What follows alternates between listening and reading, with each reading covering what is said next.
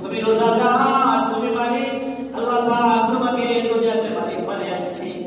ওই ব্যক্তিকে তোমার ঘরের ঠিক মজুরি, ওই ব্যক্তিকে তোমার ঘরের কাজের জন্য নিযুক্ত করে দিয়েছে। তিনি যেমন ভাবে রোজাদার, তোমার ঘরে যে ব্যক্তি কাজ করতেছে সেই ব্যক্তি রোজাদার। ওই ব্যক্তির কাজগুলো হালকা করে দাও, ওই ব্যক্তির কাজগুলো হালকা করে দিন, কাজের প্রতি দয়ালু হও, মেহেরবান হও, তার প্রতি সহানুভূতি করো, তাহলে আল্লাহ পাক রব্বুল আলামিন তোমার প্রতি দয়ালু হবে, মেহেরবান হবে, সহানুভূতি দান করবে। আল্লাহ রব্বুল আলামিন তোমার জিন্দেগির গুনাহ মাফ করে দিবে, তোমাকে জাহান্নাম থেকে মুক্তি দিবে, তোমাকে জান্নাত দান করবে। সুবহানাল্লাহ। সহানুভূতি। আজকে আমি গরিব, কিছু মানুষ আল্লাহ তাআলা দুনিয়াতে গরিব বানাইছে, কিছু মানুষকে আল্লাহ তাআলা গরিব বানাইছে।